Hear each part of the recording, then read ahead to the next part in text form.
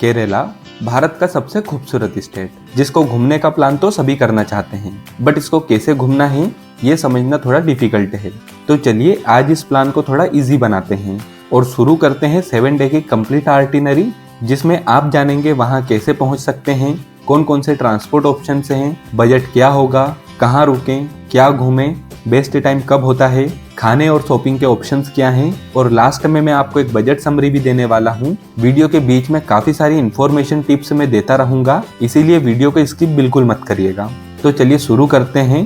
केरला आप 3 तरीके से आ सकते हैं, बाई फ्लाइट, ट्रेन और बस। और अगर आप फ्लाइट से आते हैं तो मेजरली लोग कोची से अपना जर्नी स्टार्ट करते हैं, या आप तिरुवनंतपुरम जो कि केरला की कैपिटल है वहाँ भी आ सकते हैं। दोनों जगह से आपको बहुत ही अच्छी कनेक्टिविटी मिलेगी। अगर आप अपनी सिटी से ट्रेन से आ रहे हैं तो आप कोची के एर्नाकुलम या तिरुवनंतपुरम रेलवे स्टेशन आ सकते हैं, और अगर आप बस से ट्रेवल कर रहे हैं तो बेंगलोर से कोयम्बटूर की अच्छी कनेक्टिविटी मिलती है।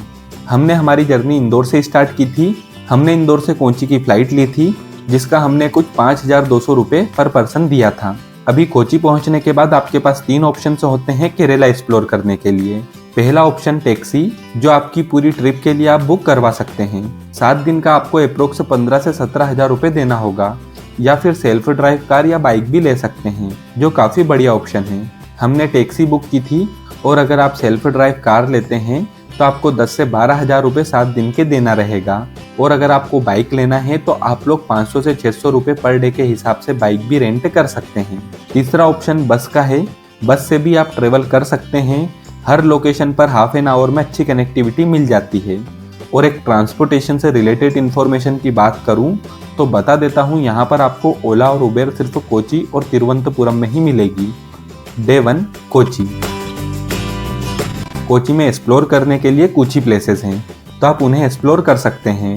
तो आप लोग फोर्ट कोची, चिराई बीच और वाटर मेट्रो ऑफ इंडिया जरूर एक्सप्लोर करें।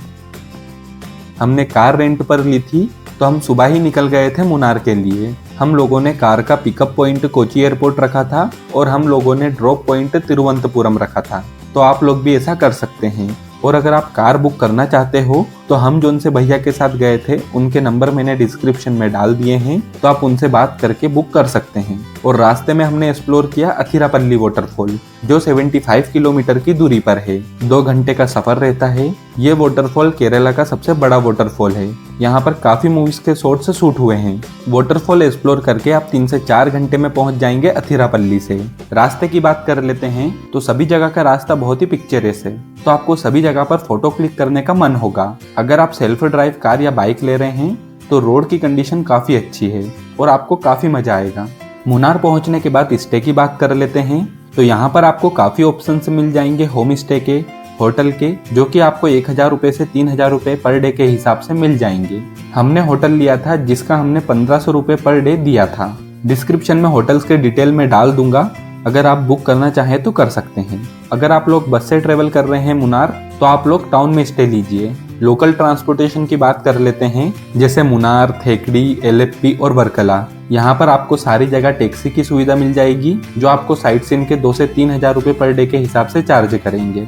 बेस्ट टाइम टू विजिट की बात कर लेते हैं, तो वैसे तो आप केरला पूरे साल आ सकते हैं, बाकी केरला की असली सुंदरता का अनुभव करना है तो मानसून में विजिट कीजिए, क्योंकि जब Kerala actual God's own country की फीलिंग देता है।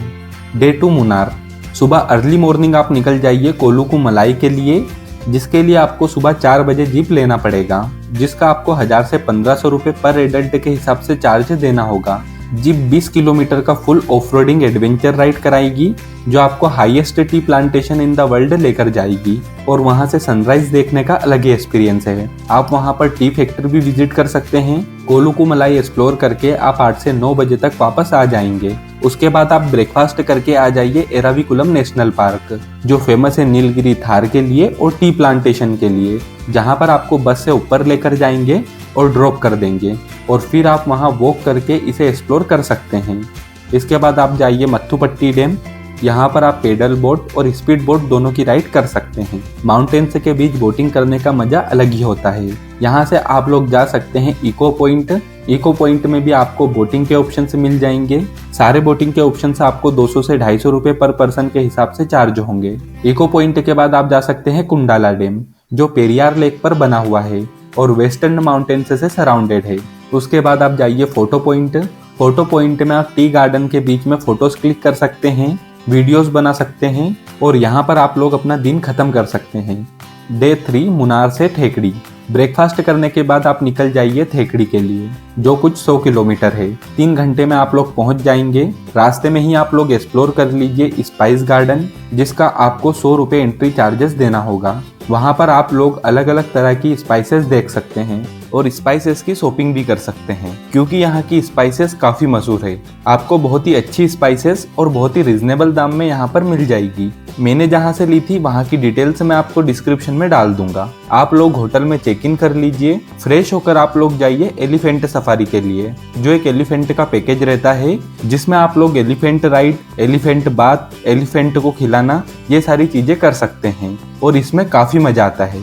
2 से 3 घंटे आप वहाँ पर स्पेंड कर सकते हैं। 1000 से 1200 रुपये पर पर्सन के हिसाब से वो आपसे कॉस्ट करेंगे। सारी चीज़ों की बुकिंग की डिटेल्स मैं आपको डिस्क्रिप्शन में डाल दूंगा। फूड और शॉपिंग ऑप्शंस की बात कर लेते हैं तो खाने में आपको यहाँ पर नॉनवेज और वेज दोनों ही ऑप्शन मिल जाएंगे और यहाँ का सी फूड काफ़ी फेमस है। शॉपिंग की बात कर लेते हैं तो स्क्रीन पर आपको फेमस चीज़ों की लिस्ट दिख रही होगी। इसमें से फैमिली के लिए और अपने लिए कुछ जरूर लेकर जाइएगा। डे 4 थेकड़ी। सुबह की शुरुआत आप कीजिए पेरियार नेशनल पार्क की बोट सफारी से। कोशिश करें कि आप अर्ली मॉर्निंग का ही स्लॉट बुक करें, क्योंकि आपको यहाँ पर अर्ली मॉर्निंग में ही एनिमल देखने को मिलेंगे। आप इसकी बुकिंग एडवांस में ऑनलाइन ही करें। टिकट करने के टाइम में आप बस के ऑप्शन पर भी क्लिक कर दें, क्योंकि नेशनल पार्क के अंदर कोई भी प्राइवेट व्हीकल अलाउड नहीं है, तो आपको बस से ही अंदर लेकर जाएंगे और वहाँ पर आप अपना बोटिंग स्टार्ट कर सकते हैं। यहाँ पर आपको काफ़ी एनिमल्स देखने को मिलेंगे। पेरियार में बोटिंग करने के बाद आप लोग जा सकते हैं मार्शल आर्ट और कथकली का शो देखने। सबसे अच्छी चीज ये है कि दोनों शो आसपास में ही हैं, मतलब कि एक ही कैंपस में हैं। यहाँ पर 1 घंटे का शो होता है और शो की टाइमिंग आप स्क्रीन पर देख सकते हैं। शो एंजॉय करने के बाद आप नाइट में मार्केट एक्सप्लोर करें और शॉपिंग करें। और यहाँ की लैंग्वेज की बात कर लेते हैं तो यहाँ पर आपको लैंग्वेज की कोई प्रॉब्लम नहीं होगी, क्योंकि यहाँ पर मोस्टली लोगों को हिंदी और इंग्लिश आती है। डे 5 थेकड़ी से एलेप्पी। आज करेंगे बैक वाटर को एक्सप्लोर, तो निकल जाइए एलेप्पी के लिए, जो 140 किलोमीटर और 4 से 5 घंटे में आप पहुंच जाएंगे। पहुंचने के बाद यहाँ पर स्टे की बात कर लेते हैं तो यहाँ पर आप हाउस बोट में स्टे कर सकते हैं, जो आपको 5 से 10 हज़ार रुपये तक मिलेगा। या तो आप होटल ले सकते हैं, जो आपको 2000 समथिंग कुछ रुपए में मिल जाएगा।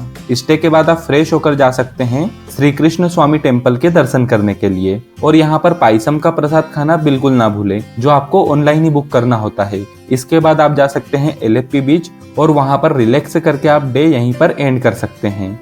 डे 6 एलेप्पी। सुबह ब्रेकफास्ट करने के बाद आप जा सकते हैं एलेप्पी लाइट हाउस और उसके बाद आप लोग एक्सप्लोर करें बैक वाटर।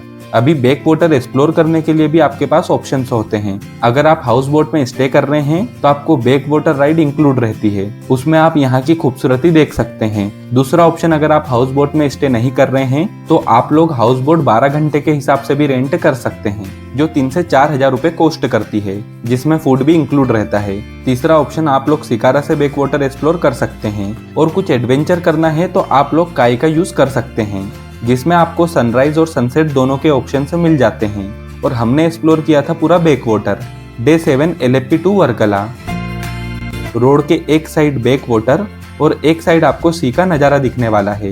ये 100 किलोमीटर का सफ़र आपकी जर्नी का बेस्ट सफ़र रहेगा। मेरा सजेशन ये रहेगा कि आप डायरेक्ट जटायु अर्थ सेंटर जाइए, जो वर्कला से 35 से 40 मिनट का सफ़र रहता है। ऐसा बोला जाता है कि रावण का पीछा करते टाइम जटायु इंजर्ड हुए थे और यहीं पर गिरे थे। आप वहां पर जाएंगे तो आपके पास 2 ऑप्शंस रहेंगे ऊपर जाने के लिए। तो आप लोग सीढ़ी यूज कर सकते हैं, जिसमें 826 सीढ़ियां हैं, या तो आप लोग केबल कार यूज कर सकते हैं। पर पर्सन के हिसाब से 500 रुपये कॉस्ट करता है, इंक्लूडिंग एंट्री टिकट। फिर आप लोग वर्कला आकर वापस से होटल में चेक इन कर सकते हैं और यहाँ पर आपको पूरी गोवा की वाइब्स मिलेगी। मेरा सजेशन रहेगा कि आप वर्कला क्लिफ पे ही होटल लीजिए। 1500 से 2000 रुपये में आपको होटल मिल जाएगा। रिलैक्स करके शाम को निकल जाइए वर्कला बीच के लिए। वहाँ पर आप लोग सर्फिंग और बीच एक्टिविटी एंजॉय कर सकते हैं। उसके बाद आप लोग रात में वर्कला क्लिफ पे कोई भी कैफे में अपना डिनर एंजॉय कर सकते हैं और यहीं पर अपना डे एंड कर सकते हैं।